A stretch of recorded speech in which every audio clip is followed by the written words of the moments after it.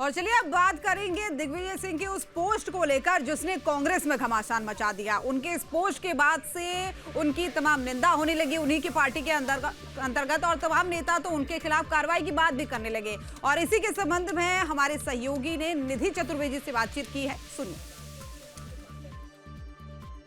कांग्रेस नेता दिग्विजय सिंह को लेकर एक बार फिर जो है लगातार बयानबाजी हुई और उसके साथ साथ अगर हम बात करें तो उनके बयानों के बाद वो एक बार फिर सुर्खियों में नजर आ रहे हैं। इसी पर बातचीत करने के लिए हमारे साथ निधि चतुर्वेदी मौजूद हैं। मैडम, सबसे पहले उन्होंने जो बयान दिया, आपको क्यों लगता है कि ये बयान जो है संघ के समर्थन में क्यों दिया गया? देखिए, मैं अपनी बात रखना चाहूँगी कि हमारे जो नेता हैं राहुल गांधी जी और हमारी पूरी पार्टी है, हमने बड़े मेहनत से, बड़े महीनों की मेहनत से ये साक्ष्यों के साथ, सबूतों के साथ ये साबित किया कि हमारी जो ये मोदी सरकार है वो वोट चोरी की सरकार है। और जो दिग्विजय सिंह जी का जो पोस्ट है उसके मायने ये हैं कि ये सरकार जो है उनकी संगठनात्मक जो शक्ति है उसकी वजह से बनी है। तो हम कह रहे हैं, राहुल जी कह रहे हैं कि मोदी सरकार वोट चोरी की सरकार है और दिग्विजय सिंह जी कह रहे हैं कि ये सरकार जो है वो संगठन की सरकार है। तो आप खुद ही बताइए, आप तो खुद पार्टी लाइन से अलग हट के बात कर रहे हो, तो जाहिर सी बात है कि ये गलत है और इससे हमारे जो कार्यकर्ता है, जो हमारी पार्टी है, उसको नुकसान पहुंचता है। मैम, संगठन के तौर पर अगर बात करें तो क्या कांग्रेस संगठन को कमजोरी मिलती है इससे? जाहिर सी बात है, हमारा संगठन, हम अभी अगर आपको कुछ बात रखनी है तो आप कांग्रेस के पार्टी के फोरम में रखिए। ऐसी बात नहीं है कि आपकी पहुंच सोनिया जी, गांधी परिवार या खड़गे जी से नहीं है। आप उनको जाके बता सकते हैं, आप बहुत बड़े नेता हैं।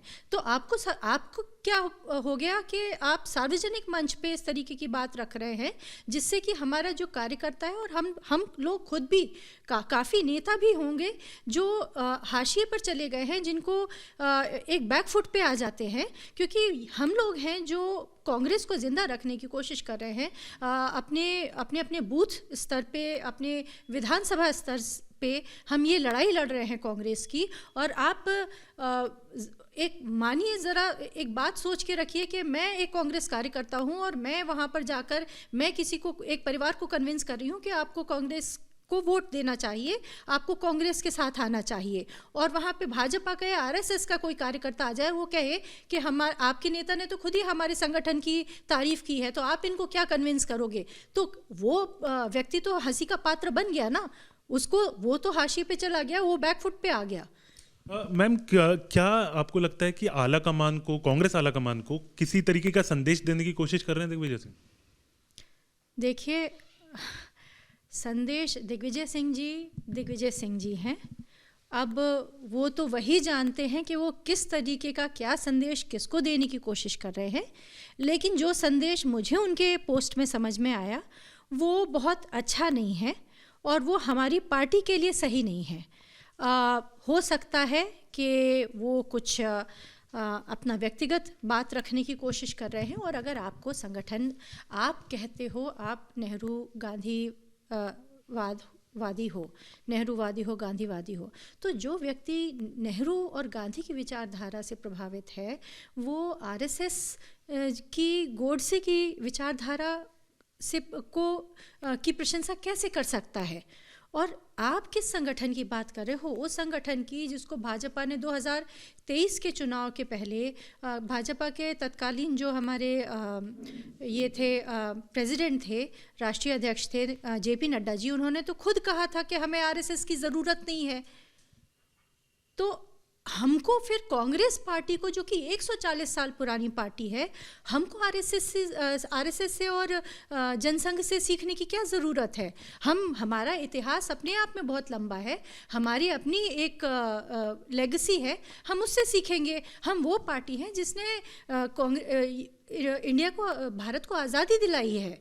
हमने उस समय पूरे भारत को, पूरे प्रांतों को, हर प्रदेश के, हर क्या कहेंगे, हर वर्ग के और हर रिलीजन के लोगों को इकट्ठा किया था ब्रिटिशर्स को यहाँ से भगाने में। तो हमें किसी और संगठन से सीखने की क्या ज़रूरत है? मैम, क्या आपको ये लग रहा है कि दिग्विजय सिंह अपनी छवि बदलने की कोशिश कर रहे हैं इस तरीके के बयान देने के बाद? दिग्विजय सिंह जैसे बड़े नेता को छवि बदलने की क्या ज़रूरत आन पड़ी? क्या ज़रूरत है? क्या ये पोस्ट, तो फिर अगर आपके सवाल का अगर मैं समझूं तो क्या ये पोस्ट फिर किसी ज़रूरत की वजह से की गई है, ना कि कुछ प्रभावित होके? मैम, पहले गुलाम नबी आज़ाद, फिर शशि थरूर और अब दिग्विजय सिंह भी इस तरीके की बयानबाजी करते हुए नजर आ रहे हैं। कैसे देखते हैं आप इन बयानों को? नहीं, ये तीनों अलग बातें हैं।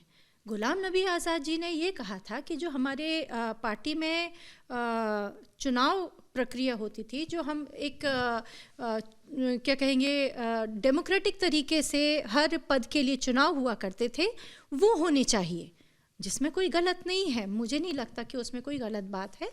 और फिर बाद में वो जो भी हुआ है, वो या जो मुझे समझ में आया उस वक्त तो यही बात रखी गई थी, तो उसमें कोई खराबी नहीं थी। दिग्विजय सिंह जी एक जो उन्होंने पोस्ट किया है वो उसमें भी आपको थोड़ा समझना पड़ेगा कि ये पोस्ट ऐसे वक्त पे आया है जब कुछ ही टाइम पे राज्यसभा के चुनाव होने वाले हैं।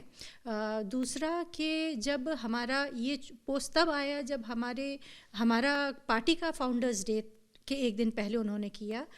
तो ऐसी क्या ज़रूरत आन पड़ी कि दिग्विजय सिंह को सडनली एकदम से इतने सालों बाद आरएसएस से प्रभावित होकर उनको ये पोस्ट करना पड़ा?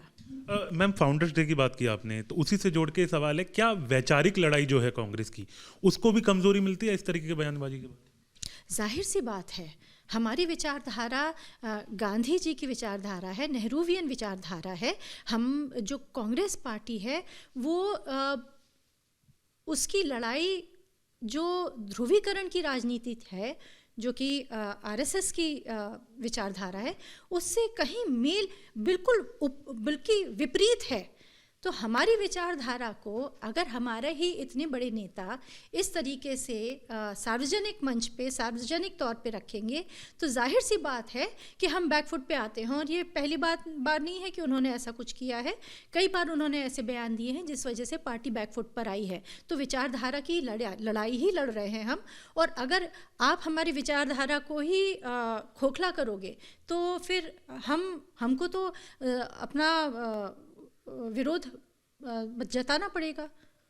मैम, क्या आपको लगता है कि राहुल गांधी जो हैं वो इस बयान को हल्के में ले रहे हैं, बदमाशी कहकर हट रहे हैं पीछे? नहीं, इसके बारे में मैं कमेंट नहीं कर सकती हूँ, क्योंकि उन्होंने मैं वहाँ थी नहीं। उन्होंने उस बयान को किसी भी तरीके से देखा जा सकता है, और राहुल गांधी जी क्या किस तरीके से कहे हैं, उनका मतलब क्या था, कौन सामने था, बाद में क्या सोचते हैं, ये अलग अलग सवाल हैं। ये हो सकता है कुछ उन्होंने मजाक में टाल दिया, हो सकता है वो इस बात को सीरियसली ले। मैम, आखिरी सवाल, क्या आपको लगता है कि कांग्रेस नेतृत्व, कांग्रेस के अध्यक्ष मल्लिकार्जुन खड़गे इस पर एक्शन लेंगे इस बात पर? देखिए, मेरा काम था इस एक विरोध जताना जो मुझे सही लगा कि आपने गलत बोला, चाहे वो कोई भी हो। ये पार्टी सबके लिए समान है। हमारी पार्टी में अपनी बात रखने की एक आज़ादी ज़रूर है, आप बात रखिए, पर जिससे पार्टी को नुकसान ना हो। तो आप अपनी बात पार्टी फोरम पे रख सकते हैं, नेताओं को बोल सकते हैं, आपकी पहुंच जहाँ पे भी है आप बोल सकते हैं, तो उसकी आज़ादी हमको ज़रूर है। लेकिन इसका ये मतलब नहीं है कि आप इस तरीके की बयानबाजी करके पार्टी को बैकफुट पे लेकर आएंगे। तो ये मुझे जो सही लगा मैंने किया है। अब मल्लिकार्जुन खड़गे जी इस पर क्या एक्शन लेते हैं, क्योंकि वो अभी यहाँ हैं नहीं, तो देखते हैं। वो तो जाहिर सी बात है कि कुछ ना कुछ एक्शन उनको लेना चाहिए, क्योंकि पार्टी अगर सबके लिए समान है तो पार्टी रूल्स भी सबके लिए समान है। और अनुशासन या अनुशासनहीनता, वो पार्टी में चाहे कोई कार्यकर्ता हो छोटे से छोटा या कोई बड़े से बड़ा नेता हो, वो सबके लिए एक जैसी होनी चाहिए। बहुत बहुत शुक्रिया मैम बात करने के लिए। वीडियो जर्नलिस्ट संजय शर्मा के साथ हरीश झा, न्यूज स्टेट, मध्य प्रदेश, छत्तीसगढ़।